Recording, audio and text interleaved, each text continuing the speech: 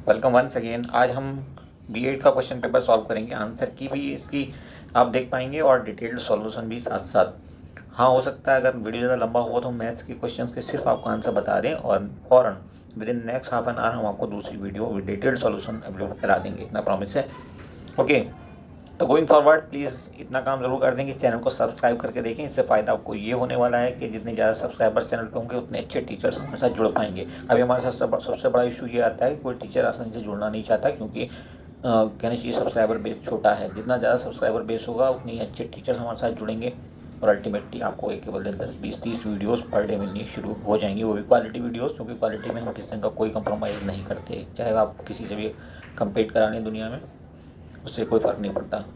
Okay, तो paper set ये change हो गया। कल जो हमने पेपर सेट लिया था वो पार्ट 1 में जिसमें 45 क्वेश्चन किए थे वो सेट बी था, बट ये सेट सी है, तो कुछ क्वेश्चंस ओवरलैप कर सकते हैं। कल हमने एक क्वेश्चन रीजनिंग का छोड़ा भी था, बाकी रीजनिंग के सारे सवाल हमने कर दिए थे और कुछ क्वेश्चन हमने टीए के किए थे, टीचिंग एप्टीट्यूड के।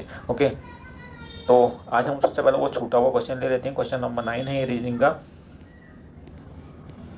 ओके, और बता देते हैं आपको थोड़ा सा डिटेल में कि आखिर कैसे ये होने वाला है। इनफैक्ट हमें तो उसे देखने का टाइम भी नहीं मिला था, लेकिन बच्चे का मैसेज आया कि सर ये ऐसे होगा, तो कई बार बच्चे भी बड़ा हेल्प कर देते हैं, हम देख ही नहीं पाए थे टाइम की कमी के चलते। Okay, if table is return as this, तो चेयर के लिए पूछा है कैसे लिखा जाएगा। तो यहाँ पे टेबल का आप देखेंगे टी को चेंज किया क्योंकि ऑड पोजीशन पे था, टी को वी में चेंज कर दिया, यानी कि टी की पोजीशन जो थी 20 होती है और उसको वी की पोजीशन होती है 22, यानी कि 2 का चेंज यहाँ पे आया है अल्फ़ाबेट्स की पोजीशन में। ओके, ऐसे ही थर्ड लेटर ऑड पोजीशन के जो लेटर हैं उनको इसी ढंग से चेंज किया गया है, और ऐसे ही फिफ्थ ई को भी ऐसे ही चेंज किया गया है जी में। Got it? तो अब हम यही कर लेते हैं। चेयर के केस में ऑड पोजीशन पे सी है, सी को हम चेंज करेंगे सी डी ई, तो ई से हम स्टार्ट करेंगे। दूसरी पोजीशन पे यहाँ पर था ए को इसने लिखा था जेड, यानी कि ए है शुरू में अल्फ़ाबेट्स के और जेड है एंड में, तो शुरू के लेटर के बदले एंड का लेटर ले लिया गया है। तो यहाँ पे हमारे पास एच है शुरू से 8वीं पोजीशन पे, तो एंड से 8वीं पोजीशन पे आता है एस, और एस की वैसे पोजीशन होती है 19, मैं आपको बता देता हूँ।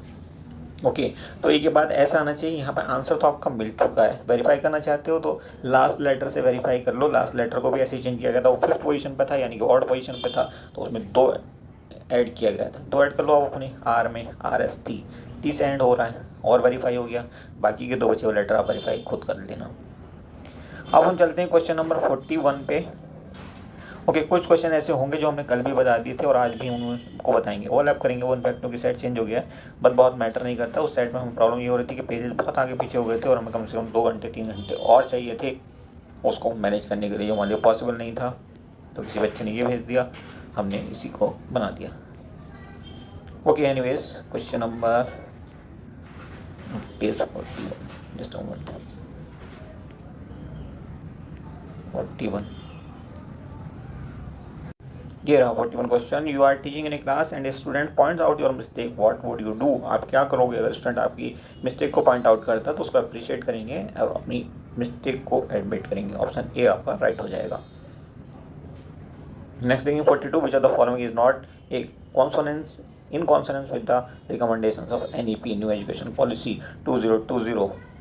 तो देखिए इम्प्लीमेंटेशन ऑफ 1 लैंग्वेज फार्मूला वहाँ पे नहीं है बल्कि 3 लैंग्वेज फार्मूला है।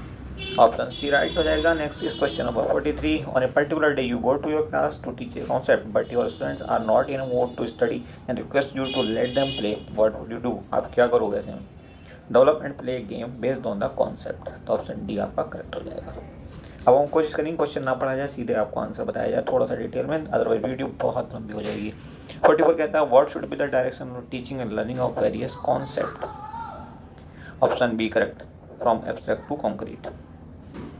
ओके, क्या कहलाता है ये? डिडक्टिव मेथड, और ये अरिस्टोटल ने दिया था। 45 देखिए, which of the following is not a function of the central board of secondary education? तो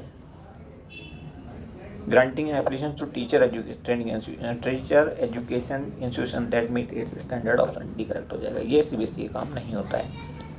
46, टीजीटी टीचर जो होते हैं वो किस क्लास को पढ़ाते हैं? तो आइडियली वो क्लास को पढ़ाते हैं 9th और 10th को, बट इनफैक्ट यहाँ पर ऑप्शन में है नहीं 9th और 10th, तो हम सी को ले लेंगे। बेस्ट ऑप्शन ये है। अब देखते हैं जामिया क्या करता है आपके आंसर का। 47, As a teacher who has recently been appointed in a particular school, what would be your first preparation for the job? क्या करोगे आप? तो हम पहले फेमिलियर होने की कोशिश करेंगे, become familiar with the socio cultural environment of the students, उनको समझने की कोशिश करेंगे। 48 देखिए, वाइडली यूज्ड एक्रोनिम आईसीटी में सी का मतलब क्या होता है? तो कम्युनिकेशन होता है, information and communication technology ICT कहलाती है। नेक्स्ट है 49, नेशनल एजुकेशन डे हम कब मनाते हैं? तो 11 नवंबर। किसका बर्थडे है? मौलाना आज़ाद का। He was the first education minister of India. Next is 50, what was the erstwhile ministry of human resource? अब क्या नाम है ह्यूमन रिसोर्स मिनिस्ट्री का? HRD मिनिस्ट्री का अब नाम हो गया है मिनिस्ट्री ऑफ एजुकेशन। तो मोदी जी आए, इन्होंने नाम ताकि से चेंज करना है। 51, according to you which of the following is the most desirable attribute of a person who wishes to become a teacher? तो विलिंगनेस टू लर्न, टीचर के अंदर ये क्वालिटी होनी चाहिए। 52, most appropriate way to instil respect for cultural diversity in students is celebrate significant festivals and days of various cultures। आगे देखेंगे आप,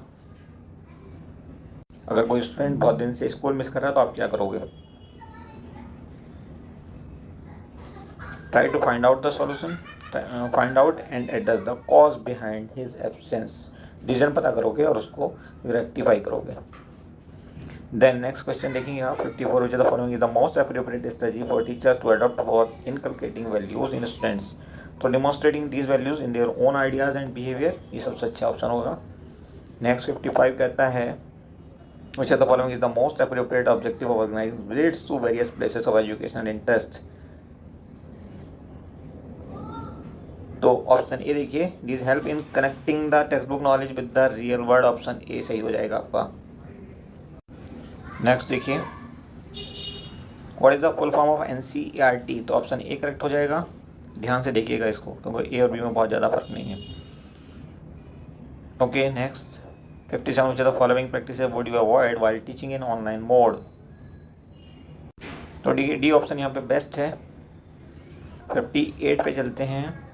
57 Hindi medium वालों को अगर देखा ना हो तो प्लीज़ देख लेना वीडियो को पॉज करके। 58 कहता है which is the most important purpose serve by the laboratory activities in teaching of science? तो यहाँ पे आप देखिए option C, they help the students in linking theoretical concept with practical work.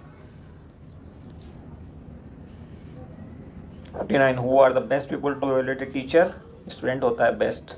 Okay, उसके बाद 60 पे देखिए आप क्या कहता है, as the principal of a school you get to know that some teachers have been criticising you behind your back, what would you do? आपके teachers आपकी बुराई कर रहे हैं आपके पीछे, तो आप क्या करोगे? इंट्रोस्पेक्ट करोगे खुद को on your behaviour and practices as well. 61,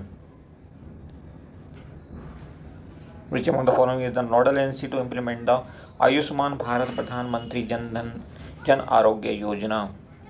तो ये नोडल एजेंसी होगी नेशनल हेल्थ अथॉरिटी NHA। और 62 पे चलते हैं, when a zero discrimination day celebrated each year by the United Nations. United Nation कब इसको सेलिब्रेट करता है? 1 मार्च एवरी ईयर। और लेबर डे कब सेलिब्रेट होता है? 1 मई को।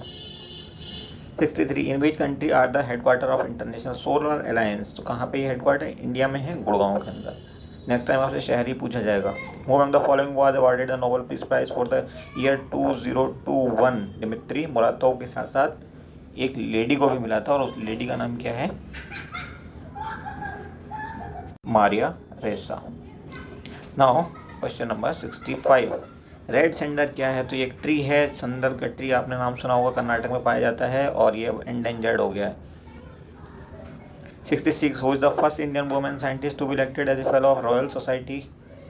तो ये है लेडी गगनदीप कौंग, वायरोलॉजिस्ट हैं ये।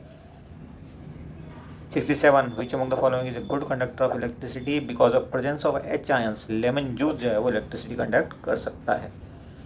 68 पे चलिए, which city recently hosted the global collaboration advance vaccinology training meeting? तो ये है आपका जेनेवा, स्विट्जरलैंड। ओके, और किस चीज़ का हेड ऑफिस है यहाँ पे? कमेंट बॉक्स में कमेंट करके बताइए, 2-3 हेड ऑफिस है यहाँ पे। 69, विच of the following is not true for the Kyoto protocol? तो देखिए यहाँ पे ऑप्शन सी नॉट ट्रू पूछा है। It aims at reduction of green house gases concentration, नहीं sorry, the obligation to reduce emission is put on developing countries, no it was put on developed countries. Developed countries की वजह से ही pollution हो रहा है ज़्यादा, तो ये जो ओनस था ये डेवलप्ड कंट्रीज़ पर ही डाला गया, ना कि डेवलपिंग कंट्रीज़ पर। तो रॉन्ग पूछा, ऑप्शन बी करेक्ट हो जाएगा आपका। उसके बाद 70 AB Olympics are the competitions held for person with disability which field. तो स्किल डेमोन्स्ट्रेशन के केस में होता है ये, जैसे तमाम तरह की स्किल्स होती है, आपकी निटिंग हो गई या आपका ऐसे ही कुछ जो पेंटिंग वगैरह की स्किल्स हैं वो। 71 which of the following is an autobiographical work of Maya Angelou, the first black women to appear on US coin. तो इनका जो वर्क था वो ये था, I know why the caged bird sings, option B. Okay, याद रखना बहुत इंपॉर्टेंट है, वो ब्लैक लेडी है तो इसलिए बहुत ज़्यादा इंपॉर्टेंट हो जाता है। पर्पल रिवोल्यूशन किससे एसोसिएटेड? एरोमेटिक प्लांट से एसोसिएटेड है जो खुशबू देते हैं, और इनका दूसरा नाम कोई है, याद आ रहा है आपको? एरोमा मिशन या लेवेंडर मिशन। ओके, तो नोट करके रखिएगा, नेक्स्ट टाइम आपको कंफ्यूज कर सकता है। 73 who is the present chief justice of India, तो ये तो बहुत ही बच्चों वाला सवाल है, बहुत आसान, 3 का नंबर। 74 देखेंगे आप, विच of the following disease is caused by virus, तो यहाँ पे आप देखेंगे चिकन पॉक्स जो वायरल डिजीज है, बाकी तीनों क्या है, ये बैक्टीरियल हैं। नेक्स्ट टाइम ध्यान रखना। उसके बाद चलते हैं 75 द 61st अमेंडमेंट एक्ट 1989 किससे रिलेटेड है? तो यहाँ पे जो आपकी वोट देने की एज थी उसको घटा करके 21 से 18 साल कर दिया गया था। Okay, 76 which of the following places is associated with the India's first civil disobedience movement, जो कि महात्मा गांधी ने लॉन्च किया था कब? 1930 में। तो दांडी था, ये दांडी मार्च के नाम से जाना गया था।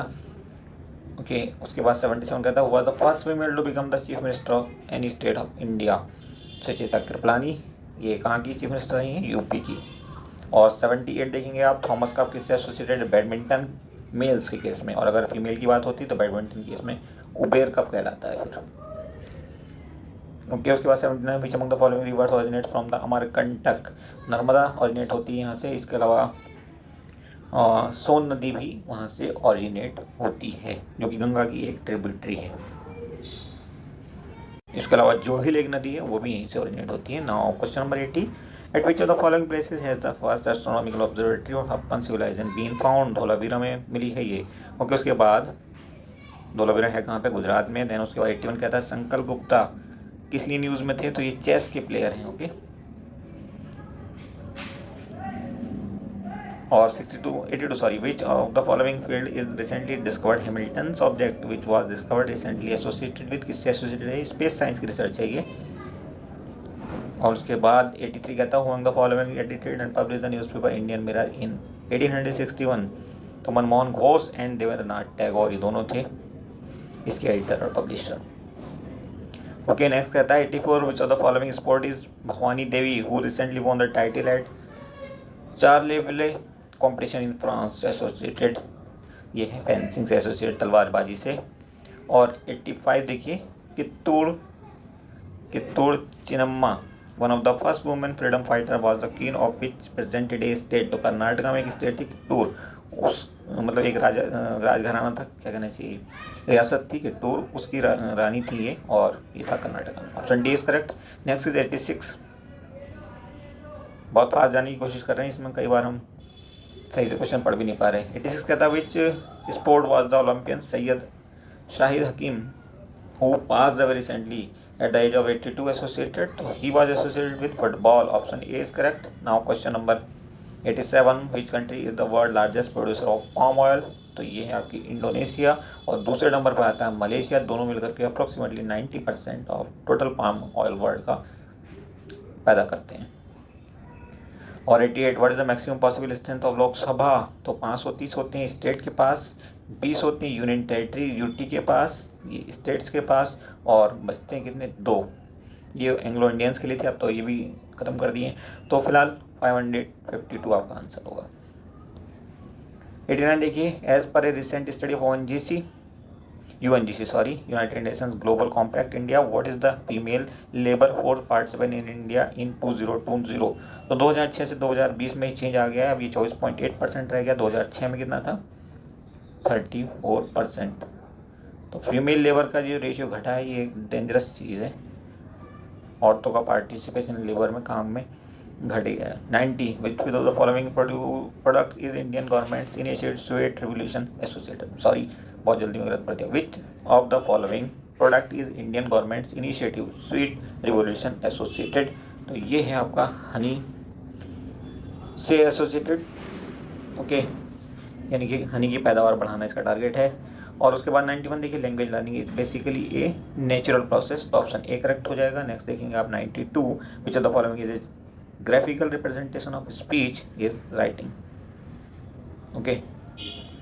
Next is 93, natural ability to learn a language is known as language aptitude, option B is correct. And now 94, radio, television and newspaper are example of mass communication. Okay, next is 95, which of the following is internal barrier of communication, तो आप देखेंगे poor background terms of previous learning, option C यहाँ पे right हो जाएगा। 96 देखिए, which of the following is not a characteristic of good handwriting, good handwriting का characteristic में कौन सा है, नहीं है, तो no attention to punctuation. And next is 97, which of the following sub skill of writing is concern with the use of article, preposition and various forms और tenses there arrangements, तो ये होता है grammar, okay. Now 98, which of the following type of reading is done while students gather fact or arrive at some conclusion based on the fact, intensive reading। और 99 आप देखेंगे, the most important among 4 skills of a language is, 4 skill होती हैं language की, और कौन कौन सी होती हैं, listening, vocabulary, speaking and reading. Note कर लीजिएगा क्योंकि आगे ये सवाल पूछा जा सकता है अगर गोइंग फॉरवर्ड आप बीएड का एग्जाम देने जा रहे हैं जामिया में, तो क्योंकि यहाँ पे 20 सवाल कम्युनिकेशन के आने स्टार्ट हो गए हैं 2020 के बाद, 20, 21, 22 तीसरी बार आ रहा है। 100 देखिए, good speaker learns a language more, sorry good listener होना चाहिए। और उसके बाद देखिए 101, which of the following is useful technique to get to know each other, तो ग्रुप डिस्कशन सबसे अच्छी टेक्निक होगी। और उसके बाद आप देखेंगे 102, the receptive skill in language are, receptive skills in language, तो ये होगा आपका listening and reading, option D is correct. Next is question number 103, when students are asked to read short text and make points of discussion, what skill of the learners are being assessed, तो speaking skill, option C is correct. Now question number 104, in listening and speaking exercises dash fluency is important for meaning of the speech, yes, no, annotation is important, okay। 105 देखिए, the productive skill in language are, कौन से productive skills होती हैं, तो ये होती हैं speaking and writing. तो ये सब बारीक चीज़ें आपको आनी चाहिए, थोड़ा सा रटना पड़ेगा, रटना क्या पड़ेगा, 2-3 बार आप इनको पढ़ लोगे इन सवालों को तो आपको याद नहीं। Konkani is language of, Goa में बोली जाती है कोंकणी, कोंकण रेलवे का आपने नाम सुना होगा जो महाराष्ट्र से शुरू होती है और केरला तक जाती है। 107 देखिए, Dogri is language of, Dogri बोली जाती है जी आपकी जम्मू एंड कश्मीर और हिमाचल प्रदेश के कुछ हिस्सों में। आगे देखेंगे oldest Indian language is Sanskrit, जो तकरीबन 5000 साल पुरानी लैंग्वेज मानी जाती है। 109 देखिए, official language of MP is Hindi, होगा हिंदी गढ़ है ये, तो हिंदी हार्टलैंड कहलाता है। The language of discourses of Gautam Buddha, तो पाली लैंग्वेज का इस्तेमाल उन्होंने बहुत ज़्यादा किया था, हालांकि कुछ और लैंग्वेजेस भी इस्तेमाल हुई थी। उसके बाद 111, during respiration exchange of oxygen and carbon dioxide take place, तो लंग्स के अंदर एक कहना चाहिए स्ट्रक्चर होती है जिसको कहा जाता है एल्वियोली, ऑप्शन सी, बहुत इंपॉर्टेंट सवाल है, बार बार पूछा जाता है, याद रखिएगा। 112, जो the following enzyme gets mix with food in our mouth, तो ये होता है आपका एमाइलेज जो कि स्टार्च को तोड़ देता है किसमें, डाइसेक्राइड्स में, माल्टोज में, ओके। उसके बाद 113 पे चलते हैं, the autotrophic mode of nutrition requires what, chlorophyll, carbon dioxide, water and sunlight, चारों चीज़ों की जरूरत होती है, यानी कि पेड़ों की बात की जा रही है कि अपना जो खाना खुद बनाते हैं, ज़्यादातर उनमें पेड़ ही होते हैं और कुछ छोटे प्लांट हो सकते हैं जिनको हम कहना चाहिए एल्गी कहते हैं। 114, when water enters the guard cells are stomata, तो ये स्वेल अप हो जाते हैं, फूल जाते हैं और ओपन हो जाते हैं। उसके बाद देखिए 115 कहता है, involuntary actions including blood pressure, celebration and vomiting are controlled by home, तो मेड्यूला पार्ट होता है ब्रेन का जो उसको कंट्रोल करता है। उसके बाद आगे बढ़ते हैं, बहुत इंपॉर्टेंट सवाल है ये भी। Accumulation of non-biodegradable pesticide in different trophic level is called magnification। याद रखिएगा, बहुत इंपॉर्टेंट है। वर्ल्ड एनवायरनमेंट डे कब मनाते हैं हम? 5 जून को मनाते हैं। उसके बाद आगे बढ़ते हैं, शायद हम काफ़ी फास्ट चल रहे हैं। Nature of the image form by a convex mirror of an object position at infinity is, तो वर्चुअल होगा, इरेक्ट होगा, डिमिनिश्ड होगा, मतलब बहुत ही छोटा सा। ओके, आगे बढ़िए। 119 convex lens of appropriate power is use in the case of hypermetropia. और मायोपिक के केस में कौन सा लेंस यूज करते हैं? Concave lens. ओके, 120 कहता है which is not true regarding electric charge, तो फोर्थ ऑप्शन देखेंगे, 1 electron has a charge of 1 coulomb. ये साइंस के सवाल शुरू हो गए अब। 121 कहता है ऐसा unit of magnetic field of strength is, तो ऑर्स्टेड। ये करेक्ट होगा, लेकिन यहाँ पे थोड़ा सा डिफेक्ट है सवाल में, ये ऐसा यूनिट नहीं है, ये CGS सिस्टम में होती है, SI सिस्टम में नहीं। ओके, चलिए एनीवे यही सबसे अच्छा आंसर है। 122 the frequency of AC power supply used in India is 50 hertz. हमारे घरों में 50 हर्ट्ज की इलेक्ट्रिसिटी सप्लाई होती है। Magnet that get magnetised by metals that get magnetized by orientation of atomic magnetic movement in external magnetic field are called paramagnetic। जो कहना चाहिए magnet की तरह बिहेव करने लगते हैं दूसरे मेटल्स, जैसे कोबाल्ट है, निकल है, तो इन सब के बने हुए जो ऑब्जेक्ट्स होते हैं वो पैरामैग्नेटिक ऑब्जेक्ट कहलाते हैं। डायमैग्नेटिक वो होते हैं जिन पे मैग्नेटिज्म का कोई भी असर नहीं पड़ता। 124 देखेंगे आप, sound wave travel at 332 metre per second. इसका मतलब क्या होता है? Disturbance in the air moves at this speed, option D is correct. और 125 पे चलते हैं। When ice melts in temperature, तो इसका टेम्परेचर पर क्या फ़र्क पड़ता है? कांस्टेंट रहता है, क्योंकि उस टाइम जो एनर्जी यूज़ होती है कहाँ पे यूज़ होती है? जो उसकी स्टेज चेंज हो रही होती है उसमें यूज़ होती है। बहुत अच्छा सवाल है ये। 126 number, the momentum of given mass is proportional to velocity के प्रोपोर्शनल होता है। वेलोसिटी यहाँ है नहीं तो स्पीड के प्रोपोर्शनल होगा। mv होता है ना संवेग, momentum m into v. m तो फिक्स रहेगा, v चेंज होगा, तो v स्पीड या वेलोसिटी। नेक्स्ट इज एससीएफ पूछा, मैथ्स के सवाल शुरू हो गए। देखिए एससीएफ पूछा है, ऐसा नंबर जो इन सबको काट सके और सबसे बड़ा हो, सिर्फ 1 ही हो सकता है, तो ऑप्शन डी करेक्ट हो जाएगा। वर्बली करा देंगे हम आपको सवाल, अगर हमारी वीडियो आप देख करके प्रैक्टिस कर लें अच्छी। तो 128 the product of non zero rational and irrational number is always irrational.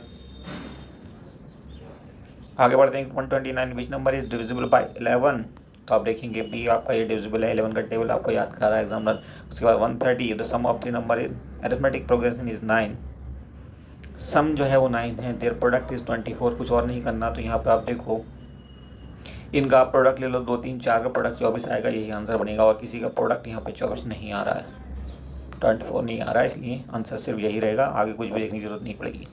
बहुत ही शॉर्टकट से हमने आपको बताया। देखिए 131 rectangle length is 8 centimetre, breadth is this, then diagonal. ये सवाल 2 बार आया शायद यहाँ पे। ओके, देखिए 8 सेंटीमीटर ये है, 6 ये है, तो पाइथागोरस ट्रायड में आपने देखा होगा 6 8 अगर मिल जाए तो 10 भी होता है उनके साथ, ऐसे ही 3 4 अगर मिल जाए तो 5 भी होता है उनके साथ। तो आंसर क्या होगा? 10 centimetre, option C is correct, कुछ करना नहीं था इसमें। 132 ए की एज 3 टाइम है किसके? बी के मुकाबले। A will be double at the age of, A will be double the age of B after 12 years. Age present age तो ऑप्शन से ले लीजिए, ज़्यादा अच्छा रहेगा। वैसे तो आप कई ढंग से इस सवाल कर सकते हैं, लेकिन ऑप्शन सी लीजिए, आप इसको चेक करते हैं। ए की एज जो है प्रेजेंट एज हमने मानी है 36 साल, तो बी की कितनी हो जाएगी? ए 3 टाइम्स है उसका, तो 12 साल बी की हो गई। 12 साल बाद क्या होने वाला है? ये 48 साल का हो जाएगा। 12 साल बाद ये कितना हो जाएगा? 24 साल का, यानी कि ये इसका कितना हुआ? डबल। और यही ये कह रहा था, ऑप्शन सी बिल्कुल सही है। ऐसे में पेन चलाने की जरूरत नहीं पड़ेगी अगर आप इस ट्रिक का इस्तेमाल करेंगे तो। 133 कहता है man sells his bike whose friend at 10% loss. 10% loss पे बेच दिया उसने फ्रेंड को, उसके फ्रेंड ने भी 54,000 में बेच दिया और 20% प्रॉफिट कमा लिया। जब उसने 54,000 में बेची और 20% प्रॉफिट कमाया, इसका मतलब उसने 120% पे बेची है, जितनी की ली थी, एक्स की ली थी। 120% of x is equal to 54,000। Okay, यहाँ से एक्स की वैल्यू निकल आई कितनी? 45,000। कैलकुलेट कर लेना आप, हमें टाइम की कमी है इसलिए दिक्कत हो रही है। 45,000 की उसके दोस्त ने ली, उसने 10% लॉस पे बेची थी, यानी कि उसकी वैल्यू कितनी थी? CP ओरिजिनल वाज 50,000, तभी तो 5,000 का लॉस खाने के बाद, 10% का लॉस खाने के बाद उसको 45,000 की बेची, तो ऑप्शन सी आंसर बनेगा, यही पूछा गया था हमसे। और नेक्स्ट सवाल आप देखेंगे 134 the probability of winning game is 0.3 तो आप जानते हो कि दोनों प्रोबेबिलिटी का एडिशन कितना होना चाहिए, 1, ठीक है। तो 0.7 आंसर आ जाएगा आपका। और 135 कहता है mean of 100 number was calculated as 49। तो देखिए मीन में और एवरेज में कुछ भी फ़र्क नहीं होता है। तो 100 नंबर की बात हो रही है, तो हम जब एवरेज निकालते हैं तो ऐसे निकालते हैं, एवरेज इक्वल टू टोटल करेंगे उन सबका, एज की बात है तो एज टोटल करेंगे, वेट की बात होगी तो वेट टोटल करेंगे, इसे कैपिटल टी से दिखा दिया हमने। 100 की बात हो रही तो 100 से डिवाइड भी करना पड़ेगा, यहाँ पर टी निकल के आएगा, एवरेज कितना है 49 इंटू 100, तो टी कितना हो गया 4900। लेकिन एक्चुअली हुआ क्या है कि इन नंबर्स के बदले ये नंबर्स पढ़े गए हैं, तो इससे फ़र्क पड़ गया है 100 का। तो इनका टोटल जो आना था वो एक्चुअली आना था 50,000, ठीक है, सॉरी 4900 है ना, ये 10 कम हो जाएगा, 5000 टोटल आना था। 100 लोग तो अभी भी थे, तो एवरेज कितना हो जाएगा, 100 से डिवाइड कर दो इसको, 50 एवरेज एक्चुअली उनका था, लेकिन गड़बड़ होने की वजह से 49 दिखाई दिया 49। कोई दिक्कत हो तो कमेंट कर देना, इसको दोबारा बना देंगे हम, इस तरह के जो सवाल है मैथमेटिक्स के उनको डिटेल में आपको दोबारा समझा देंगे कॉन्सेप्ट क्लैरिटी के साथ। 136 का था वॉल्यूम ऑफ क्यूबॉइड, जिसकी लेंथ इतनी है, चौड़ाई इतनी है, लंबाई इतनी है, कितना होगा, तो 12 इंटू 8 96 इंटू 6 576 क्यूबिक सेंटीमीटर में बात होगी, ठीक है। इसको सेंटीमीटर में नहीं हो सकती क्योंकि यहाँ पे वॉल्यूम की बात हो रही है। 137 area of a circle is this, diameter बताना है, तो एरिया ऑफ सर्किल का फॉर्मूला होता है pi R square is equal to 154। Pi की वैल्यू रखिए 22/7, आर की वैल्यू एज इट इज रहने दीजिए, वैल्यू है नहीं हमारे पास। ओके 154 काटिए 22 से 7 टाइम चला जाएगा ये, और 7 इधर जाएगा, जब ये भागेगा इधर को, 7 7 से 49, मतलब आर यहाँ से कितना मिला, आर इज 7, तो आर 7, तो 2r होता है हमारा डायमीटर, यानी कि 14 हमारा आंसर हो जाएगा, और ऑप्शन बी हमारा सही हो जाएगा। 138 के line segment drawn perpendicular from the vertex of a triangle to the opposite side is called, क्या होता है ये, ऑल्टीट्यूड होता है, ऊंचाई होती है, और यही मिनिमम हाइट भी होती है। ओके उसके बाद आगे बढ़ते हैं। 139 क्या था, tangent drawn at the extremities of a diameter of a circle are कैसी होती है, पैरेलल, जैसे ये सर्किल है, ये डायमीटर है, एक यहाँ पे एक यहाँ पे, अगर आप टेंजेंट खींचोगे तो ये क्या होंगे, एक दूसरे के पैरेलल होंगी। अगर एक ही पॉइंट से खींचोगे तो क्या हो जाएंगी, परपेंडिकुलर। 140 देखेंगे अब आप, if at some instant the length of the shadow of pole, okay, जिसकी 30 मीटर हाइट है, तो आप इस ढंग से एक डायग्राम बना लेंगे, ये आपका डायग्राम हो गया। यहाँ इसकी जस्ट गड़बड़ हो गया थोड़ा सा, ये आपका आ रहा 30 मीटर की हाइट, और ये रही आपकी इसकी परछाई, तो 30 मीटर की है हाइट, और ये कितनी है 10 इंटू रूट 3। तो हमारा फॉर्मूला क्या होता है, जैसे ये है आपका परपेंडिकुलर अपॉन बेस, लंब बटे आधार, यानी कि 30 upon 10 root 3 is equal to 10 theta, ये होगा।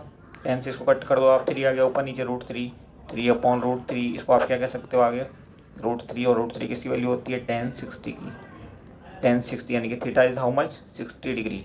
जब 60 डिग्री हो गया तो आंसर बी हो जाएगा।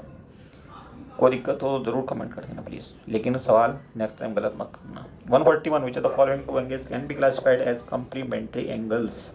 कम्प्लीमेंट्री एंगल्स वो होते हैं जिनका एडिशन होता है कितना 90, अगर सप्लीमेंट्री की बात होती है तो एडिशन कितना हुआ करता है 180। तो ऑप्शन सी करेक्ट हो गया आपका। 142 कहते हैं स्क्वायर एंड रोम्बस और always neither similar non congruent, option D correct हो जाएगा। और दूसरा एक और फैक्ट यहाँ पर जुड़ा होता है कि a square is always a rhombus while a rhombus is not a square. तो ये स्टेटमेंट भी आप याद रखिएगा, लिख करके रख लीजिए।